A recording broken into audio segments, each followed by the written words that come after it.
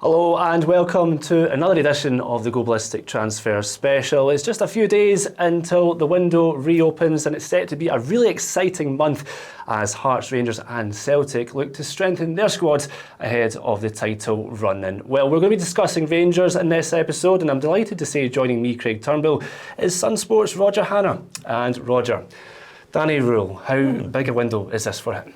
Oh, listen, it's big because it's his first one. A lot of managers tend to like to come in the summer so they can get a look at the squad and add what they want to add before the end of the summer window. It's difficult when you come in October and you've just got to work with someone else's players. He's tweaked what was Russell Martin's system, so he'll want players that will fit into the way he wants to play. I think he's a bit more flexible than Russell Martin, so it'll be interesting to see what he needs. I think he needs attacking players. That clean sheet against Motherwell on Saturday left him with, I think, the best defensive record in the Premiership, which actually surprised me, Craig. So defensively for now, I only say for now because they've got so many defenders on loan and coming out of contract, they'll need to review it in the summer. But I think for now he probably needs a bit more creativity at the top end of the pitch. What have you made of Rohl's start to his tenure at Rangers? Well, I think if you look at the stats from the day he came in, Rangers have taken more points in the league than any other team. Now, unfortunately for him, the league doesn't run from October to January. But it's a promising start. The setback has been the League Cup semi-final defeat to Celtic at Hampden. Europe, for me, didn't matter to Danny Rohl. It was probably an inconvenience, this Europa League run, and he's still got games to go, I think, against Ludogorets and Porto next month that he could really do without because it's already quite a congested January fixture list for Rangers. But it will look to get more players and they need to score more goals. To score more goals, they need to create more chances and they look short in those departments. Well, they've decided to bring in Stig Inge Bjornebye to help with the football advisory role. Can you just explain a little bit more about what it would involve? What it involves is finding players for Danny Rohl. Rangers cleared out Kevin Thelwell along with Patrick Stewart not long after Danny Rohl came to the club. And nowadays you need whatever you want to call them, a chief scout, a head of recruitment, a director of football, whatever the title you want to give them, Craig. You need someone who's going to front up and take charge of the recruitment. So when Danny Rohl says, I need a centre forward, I need a right winger, I need a number 6, then he's the guy who goes and says, well, what were these 3 guys or these 4 guys or whatever, we could probably get them in. He needs to identify the talent and he needs to do it significantly better than his most recent predecessors. Well, I was going to say, how much pressure's Andrew Cavenagh under as well, given the summer they had and the players they brought in. Thelwell and Stewart had a human shield in Russell Martin. And Russell Martin, from half-time in his first pre-season friendly against Bruges, was the guy that the fans targeted. Yep. And then when Russell Martin was sacked after that draw at Falkirk, suddenly the focus fell on Thelwell and Stewart. And they were a human shield for Andrew Cavenagh and the 49ers.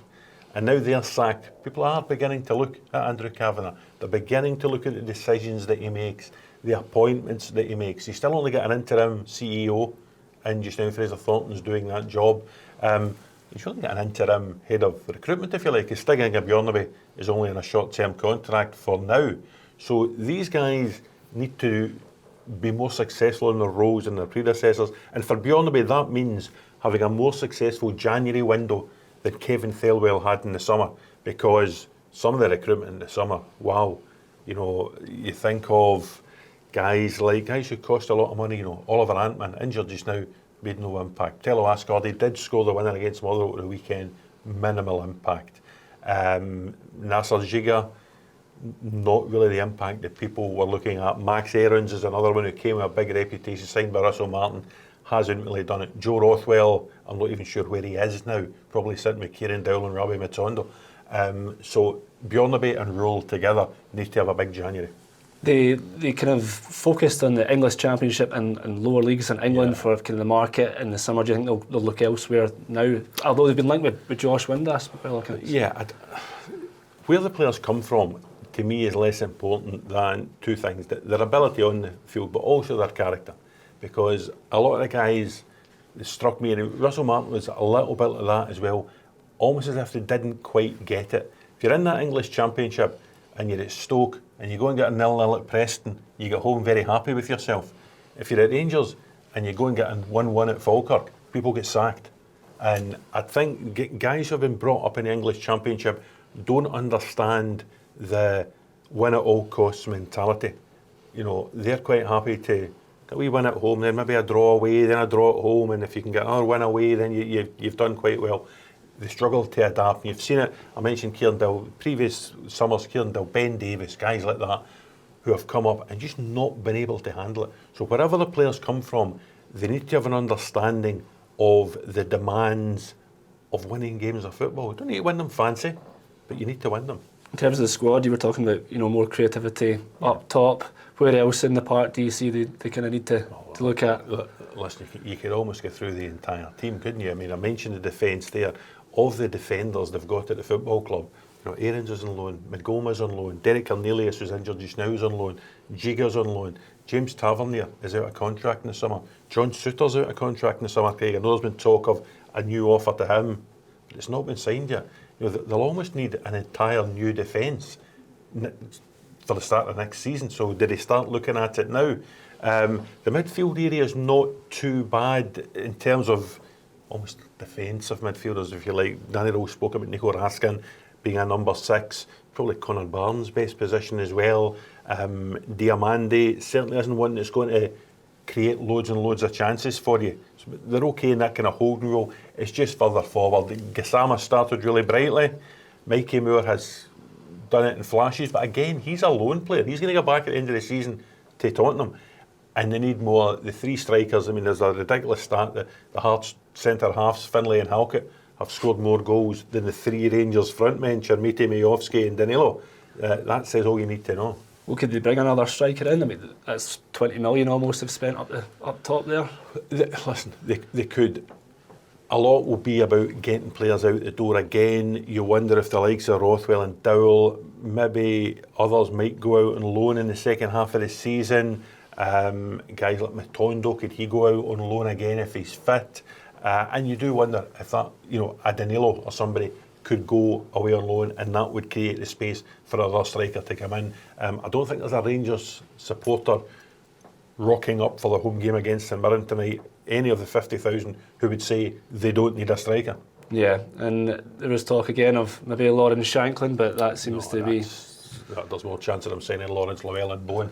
If Hearts tried to sell Lawrence Shanklin to Rangers during this window, there would be riots on the streets of Gorgie.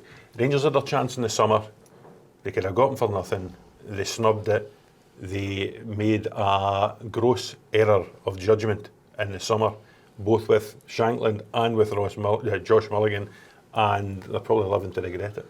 That's what we're going to say about the SPFL sides and players that they could target. Are they, what about Alex Gogic or somebody like that? Listen, I love Alex Gogic. I think he's a terrific player for St Mirren. It was great to see him and his family when they won the Premier Sports Cup earlier this month.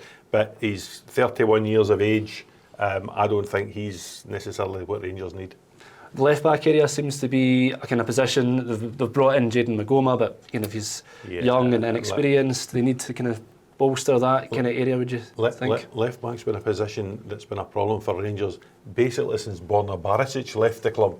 Radvan Yilmaz has a lot of money, not a lot of success. Jeffrey came in, then left again. Jayden Magoma on loan, scored a good goal. I'm trying to think where it was he scored. Was it Tannadice he scored? Yeah.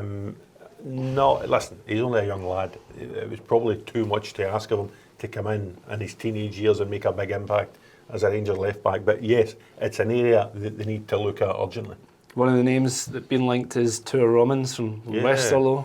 I don't know too much about that. Again, you see so many of these links coming from the continent. You don't know how much is driven by the parent club trying to sell. You don't know how much is driven by the agent. It's possibly one that has come up in Rangers scouting reports. I don't know really too much about the lad. Again, is he what Rangers need now at left back, or do they need somebody who they can get in who can make an impact now, but also be the left back for a period of time, because Rangers cannot continue just little loans here and loans there and loans somewhere else. It's not conducive to a solid progress in the future. If Rangers are to be kind of serious title contenders this season, how many players do you think they need to bring in during the January window? Again, a lot depends how many you get out. You can't just have a bloated squad of 35 players. So I think they would need to try and get guys out on loan to create space for others. I would imagine Danny Rohl would probably want minimum 3 or 4. Yeah. Oscar Cortez seems to be a really bizarre kind of signing in the first place. What is going on with that at the moment, do we know? Well, Rangers signed them with an obligation to buy. He made no impact whatsoever. They were still obliged to buy him. He still made no impact. They put him out on loan where he didn't make an impact. He came back, they put him out on loan again, and he hasn't made an impact again. So, again, it's a real failure of the Rangers recruitment department, that deal. They are still paying for it, literally still paying for it. I think you can give up on Cortez coming back and making any kind of impact as a Rangers player because the quality is just not there, Craig. And there's been a lot of kind of young players that are Scottish, Finlay Curtis. What do you think? What would benefit them? Do you think going out on loan perhaps? Yeah, it's a fair question. You could probably throw Lyle Cameron into that as well. Rangers will try and get players out on loan. French players they'll have to create space in the squad. So it really just depends what success they have. Maybe moving out a Matondo or a Dowell or a Rothwell or guys like that, or whether they want to send Finlay Curtis. It's a difficult one for Finlay Curtis. Where would he go? He needs regular football. What level does he go to? Can he play? I'm just throwing names out there. Could he play for a Kilmarnock or a Dundee regularly in the Scottish Premiership? Do they want to try and get him to a team in League One in England or something like that? But for the boys' development, he needs to be playing. Just finally as well, Scott Arfield leaving Falkirk, obviously you had that connection with Rangers. Could he come back maybe in some capacity as a coach perhaps? Or? Oh, there's a question. Listen, I think Scott Arfield will have offers. He'll have offers as a footballer because he made an impact at Falkirk in the Championship in the second half of last season. Could he do a similar job for another Championship team over the next 6 months? I think he'll have offers from the media world. He's already dipped his toe into that as a pundit, and he does it very well. Could he have offers in the music world? I think he strums that guitar and writes a bit of music. Could he see that as a future? So I think he'll have plenty of offers. I'm not sure coaching will be the first one he would look at. Okay. And just finally, do you think Rangers are serious title contenders? You're asking me this question on December the 30th. I would feel more comfortable answering this question on Sunday, January the 4th, because I think this is a huge week for Danny Rohl. If he can get 3 points from St Mirren on Tuesday night, if he can win at Celtic Park on Saturday, I'd be willing to say that Rangers are genuine title contenders. If he doesn't get 6 points from these 2 games, I still think they're on the periphery. Well, thank you, Roger, and thank you for watching at home. Don't forget, there's lots more transfer news and gossip on our SunSport platform pages.